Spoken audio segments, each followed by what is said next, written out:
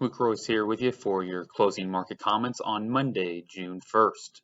The markets opened near unchanged, rallied, and then sold off to close the session. Earlier action from China was telling the U.S. to mind our own business and take care of our own riots. This was followed by talk of China asking the grain companies to discontinue grain purchases from the U.S. During the session, however, there were rumors that China had purchased at least 3 cargoes of beans for fall. This leaves a lot of uncertainty in the air and kind of difficult to know what to believe right now.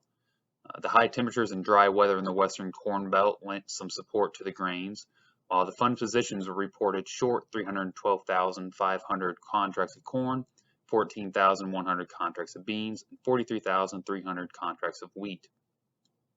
Europe remains dry in many areas, with France lowering their wheat ratings again this week, and Ukraine grain exports for the year were at 52.7 million metric tons, up from last year.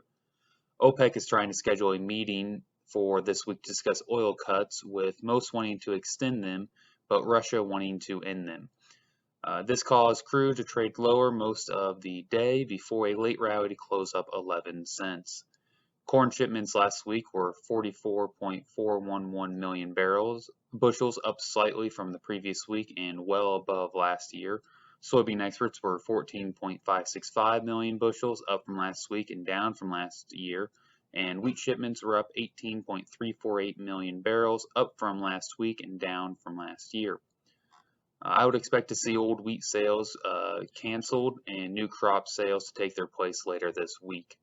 The dollar was trading lower today, down 561 points, while gold and silver both traded higher. Stock markets are slightly higher, with Dow futures up 37, Nasdaq up 20, and the S&P up 9. Crop conditions report were released today, with corn at 93% planted, up from last year, and ahead of the 5-year average. The corn conditions were rated at 74% good excellent, up from last week. Soybean planting was 75%, up from last week and last year, and ahead of the 5-year average. Bean conditions were rated 70% good to excellent on the first rating of the year. Spring wheat planting was 91%, up slightly from last week and last year, but slightly behind the 5-year average. Winter wheat conditions were 51% good to excellent, down from last week and last year. While winter wheat was 77% headed, up from last week, last year, and below the 5-year average. Just a reminder that the CARE, CFAP, CCC payment sign-up started last week for growers that are eligible. We have a link on our website that you can go to that would help you calculate your payment and make sure you've got everything explained to you. Also, the Indiana State Chemist has restricted dicamba applications after June 20th for 2020.